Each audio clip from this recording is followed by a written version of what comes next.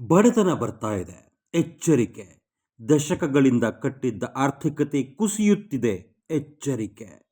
ಮೋದಿಯವರು ನೆದರ್ಲೆಂಡ್ನಲ್ಲಿ ನಿಂತು ಹೀಗೊಂದು ಮಾತು ಹೇಳ್ತಾ ಇದ್ರೆ ಭಾರತೀಯರು ಶಾಕ್ ಆಗ್ತಾ ಇದ್ದಾರೆ. ಯಾಕಂದ್ರೆ ಭಾರತಕ್ಕೆ ಯುದ್ಧದ ರಿಯಲ್ ಬಿಸಿ ಈಗ ತಟ್ತಾ ಇದೆ.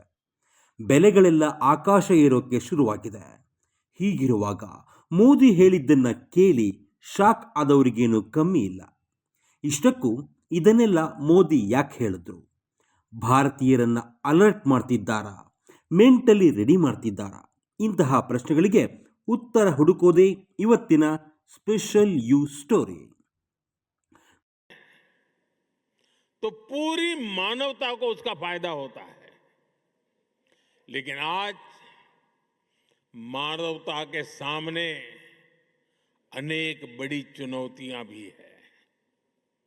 आज की दुनिया किस तरह नई नई चुनौतियों से जूझ रही है।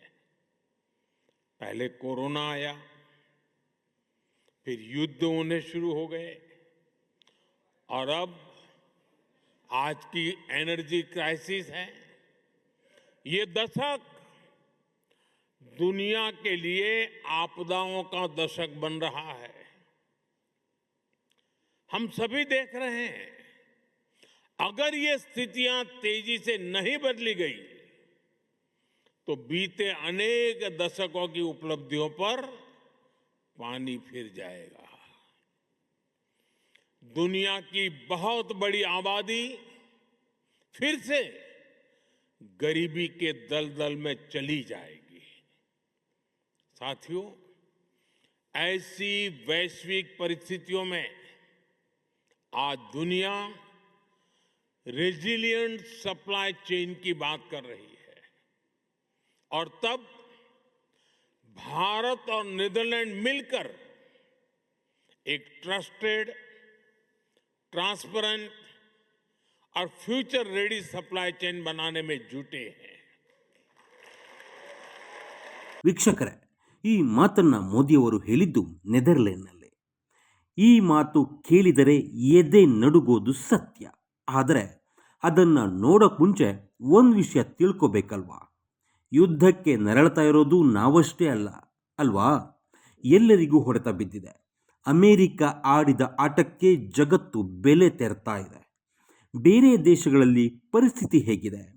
America to Europe, gulf countries, Europe ದೇಶಗಳು ಎಲ್ಲ ಕಡೆ ಯುದ್ಧದ ಹೊಡೆತ ಬಿದ್ದಿದೆ.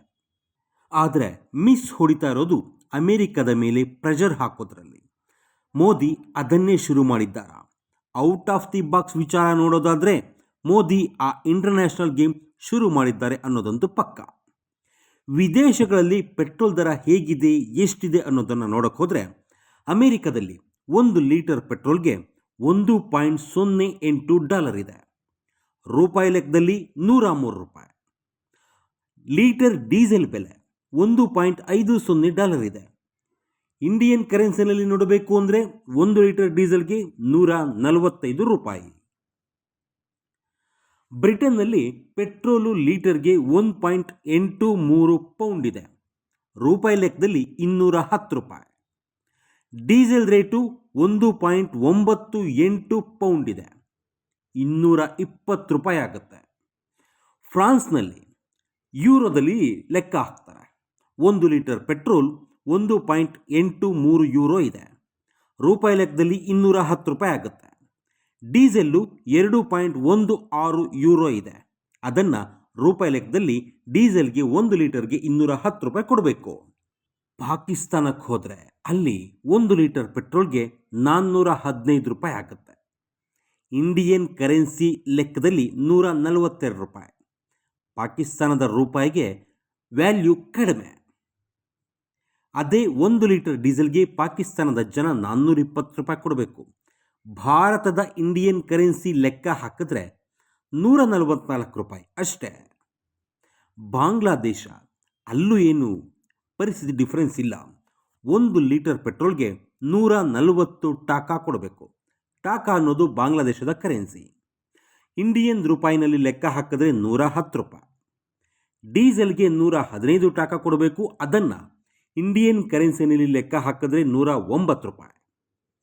ಶ್ರೀಲಂಕಾದಲ್ಲೂ ಅಷ್ಟೇ 1 ಲೀಟರ್ ಪೆಟ್ರೋಲ್ಗೆ 450 ರೂಪಾಯಿ ಆಗುತ್ತೆ. ಇಂಡಿಯನ್ ಕರೆನ್ಸಿ ಲೆಕ್ಕದಲ್ಲಿ 130 ರೂಪಾಯಿ. ಡೀಸೆಲ್ಗೆ 458 ರೂಪಾಯಿ. ಇಂಡಿಯನ್ ಕರೆನ್ಸಿ ಲೆಕ್ಕದಲ್ಲಿ 140 ರೂಪಾಯಿ. ಪೆಟ್ರೋಲಿಯಂ ನಿಕ್ಷೇಪಗಳೇ ತುಂಬಿ ತುಳುಕ್ತಾ ಇರೋ ಸೌದಿ ಅರೇಬಿಯಾ, ಅಲ್ಲಿ 1 ಲೀಟರ್ ಪೆಟ್ರೋಲ್ಗೆ 2.33 ಸೌದಿ ರಿಯಾಲ್. ಅದರ ಲೆಕ್ಕ ಇಂಡಿಯನ್ ಕರೆನ್ಸಿನಲ್ಲಿ 55 ರೂಪಾಯಿ ಆಗುತ್ತೆ. 1 ಲೀಟರ್ ಡೀಸೆಲ್ಗೆ 1.79 ಸೌದಿ ರಿಯಾಲ್ ಇದೆ. ಅದರ ಪ್ರಕಾರ 40 ರೂಪಾಯಿ ಕೊಡಬೇಕು. ದುಬೈ, UAE ಇಲ್ಲೆಲ್ಲ 1 ಲೀಟರ್ ಪೆಟ್ರೋಲ್ಗೆ 3.66 ದಿರಾಮ್ ಇದೆ. ದಿರಾಮ್ ಅನ್ನೋದು ದುಬೈ, UAE ಇಲ್ಲಿ ಚಲಾವಣೆಯಾಗೋ ಕರೆನ್ಸಿ. ಆ ಲೆಕ್ಕದ ಪ್ರಕಾರ ದುಬೈ, UAEಯವರು 1 ಲೀಟರ್ ಪೆಟ್ರೋಲ್ಗೆ 82 ರೂಪಾಯಿ ಕೊಡಬೇಕು. 1 ಲೀಟರ್ ಡೀಸೆಲ್ಗೆ 4.69 ದಿರಾಮ್ ಇದೆ. ಆ ಲೆಕ್ಕದಲ್ಲಿ 110 ರೂಪಾಯಿ ಕೊಡಬೇಕಾಗತ್ತೆ. ನೋಡಿದ್ರಲ್ಲ, ಇಲ್ಲಿ ನಾವು ಹೇಳಿದ್ದು ಕೇವಲ 8 ದೇಶಗಳ ಲೆಕ್ಕ. ಇವುಗಳಲ್ಲಿ ಅಭಿವೃದ್ಧಿ ಹೊಂದಿದ ದೇಶ ಅಂತಾನೆ ಹೆಸರಾಗಿರೋ ಅಮೆರಿಕ ಇದೆ, ಬ್ರಿಟನ್ ಇದೆ, ಫ್ರಾನ್ಸ್ ಇದೆ. ಅಮೆರಿಕಕ್ಕೆ ವಿದೇಶಗಳಿಂದ ಪೆಟ್ರೋಲ್ ಡೀಸೆಲ್ ಅನಿವಾರ್ಯತೆ ಇಲ್ಲ. ಪಕ್ಕದ ಪಾಕಿಸ್ತಾನ, ಬಾಂಗ್ಲಾದೇಶ, ಶ್ರೀಲಂಕಾಗಳೂ ಇದ್ದಾವೆ. ಈ ದೇಶಗಳ ಕರೆನ್ಸಿಗೆ ಭಾರತದ ರೂಪಾಯಿಗಿಂತ ಕಡಿಮೆ ವ್ಯಾಲ್ಯೂ ಇದೆ. ಇನ್ನು ಪೆಟ್ರೋಲಿಯಂ ನಿಕ್ಷೇಪಗಳಿಂದ ತುಂಬಿ ತುಳುಕ್ತಾ ಇರೋ ಸೌದಿ ಅರೇಬಿಯಾ, ದುಬೈ ಲೆಕ್ಕನೂ ಇದೆ. ಯಾವುದೇ ದೇಶದಲ್ಲೂ ನೆಮ್ಮದಿ ಇಲ್ಲ. ಮೋದಿ ಎಚ್ಚರಿಕೆ ಕೊಟ್ಟಿದ್ದು ಇದನ್ನೇ. ಸುಮ್ಮನೆ ಭಾರತದ ಲೆಕ್ಕ ತಗೊಂಡ್ರೆ ಒಂದು ಸಾಮಾನ್ಯ ಮಧ್ಯಮ ವರ್ಗದ ಕುಟುಂಬ, ಅಂದರೆ ಗಂಡ, ಹೆಂಡತಿ ಮತ್ತು 2 ಮಕ್ಕಳು ಇರೋ ಪುಟ್ಟ ಕುಟುಂಬದ ಲೆಕ್ಕ ಹೇಳ್ತೀವಿ. ಬೆಂಗಳೂರು ಅಥವಾ ಟೈರ್ ಸಿಟಿ ಅಂತ ಇಟ್ಕೊಳ್ಳಿ. ನಾವು ಇಲ್ಲಿ ಕಡಿಮೆ ಅಂದರೆ ಅತ್ಯಂತ ಕಡಿಮೆ ಲೆಕ್ಕ ತಗೊಳ್ಳೋಣ. ಒಂದು ಕುಟುಂಬಕ್ಕೆ ಒಂದು ತಿಂಗಳಿಗೆ 10,000 ಖರ್ಚು ಮಾಡ್ತಾ ಇದ್ದವರು ಅಂತ ಇಟ್ಕೊಳ್ಳೋಣ. ಈಗ ಅದೇ ಕುಟುಂಬದ ಖರ್ಚು ಎಷ್ಟಾಗಬಹುದು? ಒಂದು ಸಿಂಪಲ್ ಲೆಕ್ಕ ಕೊಡ್ತೀವಿ. ಒಂದು ಕುಟುಂಬ ತಿಂಗಳಿಗೆ 10,000 ರೂಪಾಯಲ್ಲಿ ಇಡೀ ತಿಂಗಳು ಮೇಂಟೈನ್ ಮಾಡ್ತಾ ಇದ್ದ ಕುಟುಂಬದ ಖರ್ಚಿನ ಲೆಕ್ಕ ಇದು. ದಿನಸಿ, ಹಣ್ಣು, ತರಕಾರಿಗೆ 5,000 ರೂಪಾಯಿ ಖರ್ಚು ಮಾಡ್ತಾ ಇದ್ದವರು ಈಗ 6,500 ಖರ್ಚು ಮಾಡ್ತಿದ್ದಾರೆ. ಪೆಟ್ರೋಲ್, ಸಾರಿಗೆ, ಬಸ್ಸಲ್ಲಿ ಇಲ್ಲಿ ಓಡಾಡೋದಕ್ಕೆ 2,000 ರೂಪಾಯಿ ಖರ್ಚು ಮಾಡ್ತಾ ಇದ್ದವರು ಈಗ 2,500 ಖರ್ಚು ಮಾಡ್ತಾ ಇದ್ದಾರೆ. ವಿದ್ಯುತ್, ನೀರು ಅಂತ 1,000 ರೂಪಾಯಿ ಖರ್ಚು ಮಾಡ್ತಿದ್ದವರು ಈಗ 1,500 ಖರ್ಚು ಮಾಡ್ತಿದ್ದಾರೆ. ಶಿಕ್ಷಣ, ಆರೋಗ್ಯ ಅಂತ 3,000 ರೂಪಾಯಿ ಖರ್ಚು ಮಾಡ್ತಾ ಇದ್ದ ಕುಟುಂಬ ಈಗ ಅದೇ ಶಿಕ್ಷಣ, ಆರೋಗ್ಯಕ್ಕೆ 4,000 ರೂಪಾಯಿ ಖರ್ಚು ಮಾಡ್ತಾ ಇದೆ. ಅಂದರೆ 10,000 ರೂಪಾಯಿಗೆ ಒಂದು ಸಂಸಾರ ನಿಭಾಯಿಸ್ತಾ ಇದ್ದವರು ಈಗ ಅದೇ ಸಂಸಾರವನ್ನು ನಿಭಾಯಿಸೋಕೆ 14ರಿಂದ 15,000 ಖರ್ಚು ಮಾಡ್ತಿದ್ದಾರೆ. ಹೆಚ್ಚು ಕಡಿಮೆ 40% ಜಾಸ್ತಿ ಆಗಿದೆ. ಇದು ಅವರವರ ಸಂಸಾರದ ಲೆಕ್ಕಕ್ಕೆ ಚೇಂಜ್ ಆಗ್ತಾ ಇರುತ್ತೆ.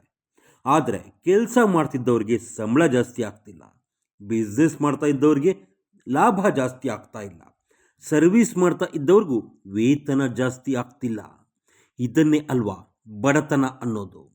ಪ್ರಧಾನಿ ಮೋದಿ ಪದೇ ಪದೇ ಇಂಧನ ಉಳಿಸಿ, ಖರ್ಚು ಕಡಿಮೆ ಮಾಡಿ ಅಂತ ಹೇಳ್ತಿರೋದ್ರ ಅರ್ಥ ಇದೆ. ಯಾಕಂದರೆ ಇದು ಭಾರತ ಒಂದಕ್ಕೆ ಆಗ್ತಿರೋ ಸಮಸ್ಯೆ ಅಲ್ಲ, ಇಡೀ ಜಗತ್ತಿಗೆ ಆಗ್ತಾ ಇರೋ ಸಮಸ್ಯೆ. ಆ ಲೆಕ್ಕಕ್ಕೆ ಹೋಲಿಸ್ಕೊಂಡ್ರೆ ಭಾರತ ಈಗಲೂ ಸೇಫ್ ಝೋನ್ನಲ್ಲಿದೆ ಅನ್ಬೋದಷ್ಟೇ.